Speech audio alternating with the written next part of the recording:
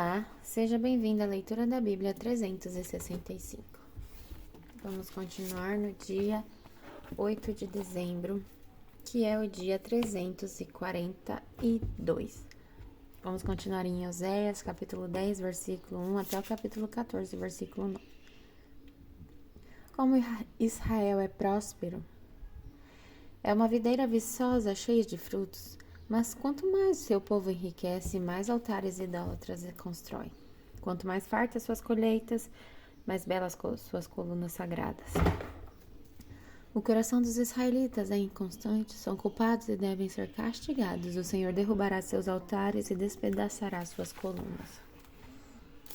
Então eles dirão: não temos rei, pois não tememos o Senhor. Mas ainda que tivéssemos rei, o que ele poderia fazer por nós? Proferem palavras vazias e fazem alianças que não pretendem cumprir. Por isso, disputas legais brotam em seu meio como ervas daninhas num campo arado.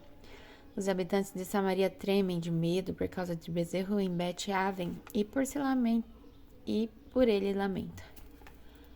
Embora seus sacerdotes idólatras se alegrem com o bezerro, será removida a glória de seu ídolo, será levado para a Síria como presente para o grande rei de lá. Efraim será humilhado e Israel envergonhado, porque seu povo confiou nesse ídolo. Samaria e seu rei serão cortados fora e ficarão à deriva, como um pedaço de madeira lançado ao mar. Os santuários idólatras em Aven, onde Israel pecou, serão destruídos, espinhos e mato crescerão ao redor de seus altares. O povo suplicará aos montes soterrindos e pedirá às colinas caiam sobre nós. Ó Israel, desde o tempo de Gibeá só houve pecado e mais pecado. Não foi com razão que os perversos de Gibeá foram atacados? Agora, quando me parecer melhor, eu também os atacarei. Convocarei os exércitos das nações para castigá-los por seus muitos pecados. Israel é como bezerra treinada que pisa o trigo, um trabalho fácil que ela gosta de fazer. Mas eu colocarei um jugo opressor sobre seu pescoço delicado, obrigarei Judá a arar e farei Israel lavrar o solo endurecido. Eu disse, plantem boas sementes de justiça e terão uma colheita de amor. Arem o solo endurecido de seu coração, pois é hora de buscar o Senhor, para que ele venha e faça chover justiça sobre vocês. Mas vocês cultivam a maldade e juntaram uma farta colheita de pecados, comeram os frutos das mentiras ao confiar em carros de guerra e em seus grandes exércitos. Agora os horrores da guerra surgirão em meio do povo. Todas as suas fortalezas cairão, como quando Salmã destruiu Bet-Arbel. Até mães e crianças foram despedaçadas ali. O mesmo que lhe acontecerá em Betel, por causa de sua grande maldade. Quando amanhecer o dia do juízo, o rei de Israel será totalmente destruído. Quando Israel era menino, eu o amei e do Egito chamei meu filho. Mas quando mais o chamava, mais ele se afastava de mim, oferecia sacrifícios às imagens de Baal e queimava o incenso aos ídolos. Ensinei Israel a andar, conduzindo pela mão, mas ele não se deu conta de que era eu quem dele cuidava. Guiei Israel com meus laços de amor, tirei o jugo de seu pescoço e eu mesma me inclinei para alimentá-lo. Mas por que meu povo não quer voltar para mim? Voltará para o Egito e será obrigado a viver na Síria. A guerra devastará suas cidades e os inimigos derrubarão suas portas, destruirão os israelitas por causa de suas tramas. Pois o meu povo está decidido a me abandonar. Eles me chamam Altíssimo, mas não me honram de verdade. Como eu poderia desistir de você, Israel? Como poderia deixá-lo? Como poderia destruí-lo como Admá ou arrasá-lo como Zeboim? Meu coração está dilacerado e minha compaixão transborda. Não enviarei minha ira furiosa, não destruirei Israel, pois sou Deus e não um simples mortal. Sou o santo que vive entre vocês, e não virei com minha ira. Pois um dia meu povo me seguirá, eu, o Senhor, rugirei como leão, e quando eu rugir, meu povo retornará tremendo desde o oeste. Como um bando de aves virão do Egito, tremendo como pombas voltarão da Síria, eu os trarei de volta para casa, diz o Senhor. Israel me cerca de mentiras e traições, mas Judá ainda obedece a Deus e é fiel ao santo. O povo de Israel se alimenta de vento, corre atrás do vento leste o dia todo. Acumula mentiras e violências, faz acordos com a Síria e ao mesmo tempo envia azeite para comprar o apoio do Egito.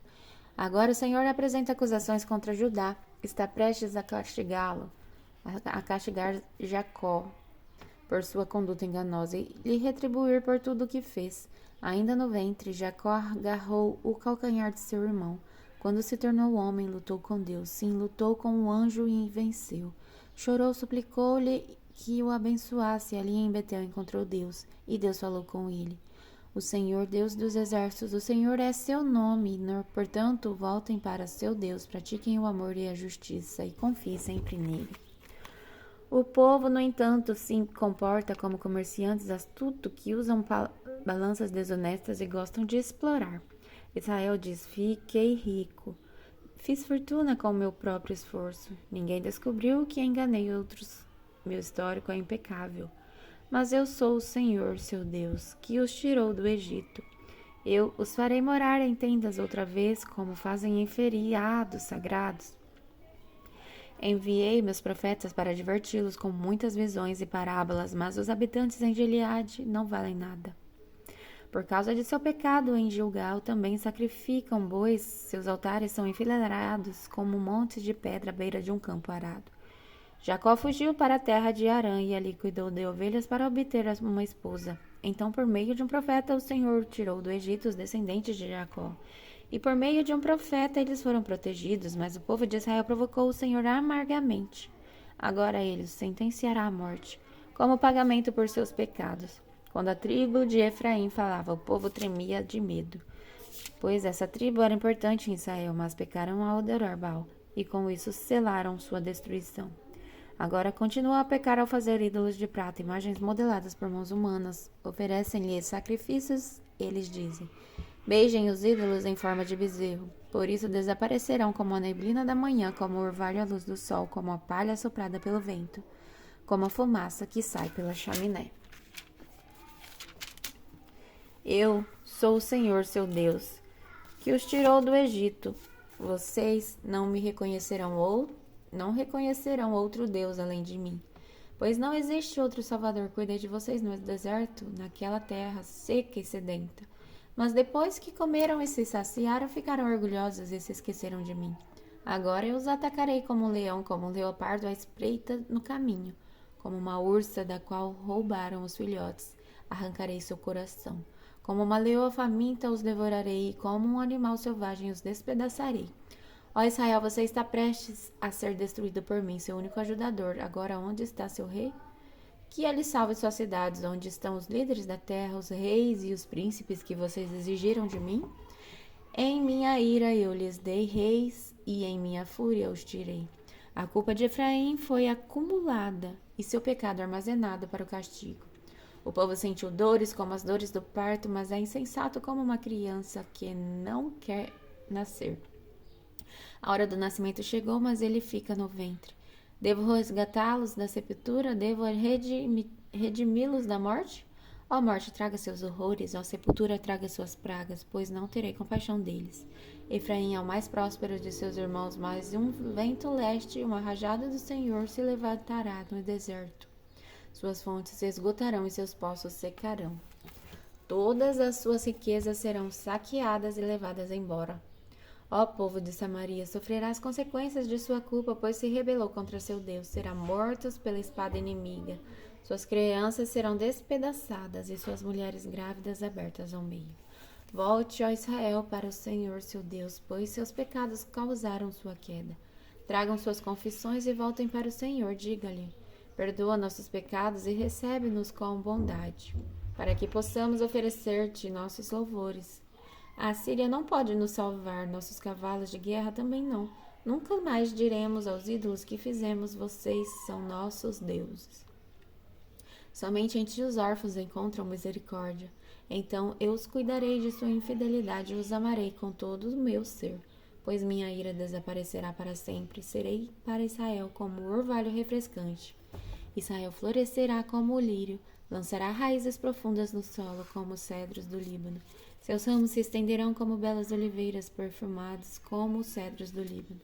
Meu povo viverá novamente à minha sombra, crescerá como o trigo e florescerá como a videira. Seu aroma será agradável como o dos vinhos do Líbano. Ó Israel, fique longe dos ídolos. Sou eu que respondo às suas orações e cuido de vocês. Sou como a árvore sempre verde, todos os seus frutos vêm de mim. Quem for sábio, entenda estas coisas. Quem tiver discernimento, ouça com atenção. Os caminhos do Senhor são retos e neles andam os justos. Mas nesses mesmos caminhos os pecadores tropeçam e caem. E agora vamos iniciar o livro de Judas, capítulo 1, versículo de 1 a 25. Eu, Judas, escravo de Jesus Cristo e irmão de Tiago, escrevo esta carta aos que foram chamados por Deus, o Pai, que os ama e os guarda sob o cuidado de Jesus Cristo. Que vocês tenham cada vez mais misericórdia e paz e amor. Amados, embora planejasse escrever-lhes com todo empenho sobre a salvação que compartilhamos, entendo agora que devo escrever a respeito de outro assunto e insistir que defendam a fé que, de uma vez por todas, foi confiada ao povo santo. Pois alguns indivíduos perversos se infiltraram em seu meio sem serem notados, dizendo que a graça de Deus permite levar uma vida imoral. A condenação de tais pessoas foi registrada há muito tempo, pois negaram Jesus Cristo, nosso único soberano Senhor. Ainda que já saibam dessas coisas, desejo lembrar a vocês que o Senhor libertou o povo de Israel do Egito, mas depois destruiu aqueles que não permaneceram fiéis. Também lhes lembro os anjos que não se limitaram à autoridade recebida, mas deixaram o lugar que pertenciam. Deus os mantém acorrentados em prisões eternas na escuridão, aguardando o dia do julgamento.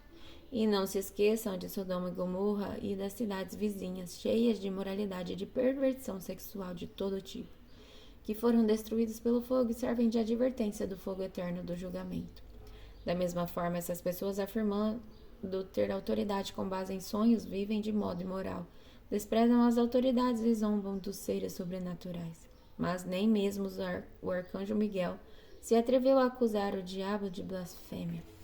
Ele diz apenas: o Senhor o repreenda. Isso aconteceu quando Miguel discutia com o diabo a respeito do corpo de Moisés. Tais indivíduos, porém, zombam de coisas que não entendem. Como criaturas irracionais, agem segundo seus instintos e desse modo provocam a própria destruição. Que aflição os espera! Pois eles seguem os passos de Caim, enganam outros por dinheiro como Balaão e perecem em sua rebelião como Corá. Quando esses indivíduos, sem o menor constrangimento, participam de sua refeição de celebração ao amor do Senhor, são como perigosos recifes que podem fazê-los naufragar.